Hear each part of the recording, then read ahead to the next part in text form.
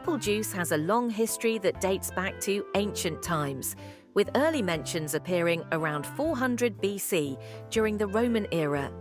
The process became increasingly commercialized in the 19th century in the United States, particularly after the introduction of pasteurization in the late 1800s, which made it safer to consume. The process of making apple juice begins with harvesting the apples. McIntosh and Granny Smith apples are commonly picked for their distinctive flavors, with McIntosh offering a sweet, tart taste and Granny Smith providing a crisp, tart flavor that enhances the juice's overall profile. After the apples are harvested, they are sent to the juice factory, where they go through a detailed washing process. This first water bath eliminates debris and pebbles, especially since they also use apples that have fallen on the ground. Maintaining cleanliness at this stage is essential for producing top-quality juice. The washing process for the apples is finalized with a rinse of cool water to ensure that any remaining dirt and residues are thoroughly removed.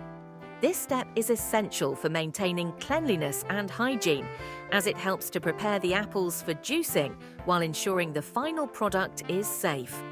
Then the apples undergo a chopping process in a grinder. This creates a pulp that is enhanced by the addition of enzymes. These enzymes work to break down the cellular structure of the fruit, ultimately allowing for the most efficient extraction of juice possible.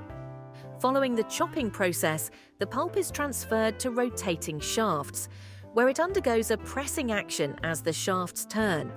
They exert pressure on the pulp, effectively extracting the juice while separating it from the leftover solids.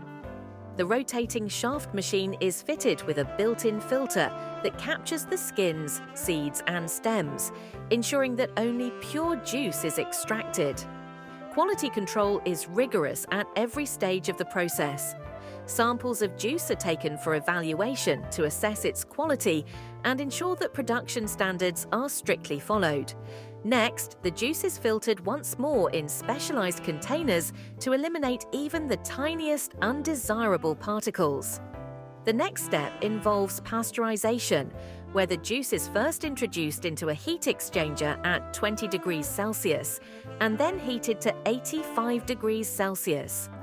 After this, it is quickly cooled to 50 degrees Celsius, effectively eliminating harmful microorganisms while preserving its flavor and nutritional value.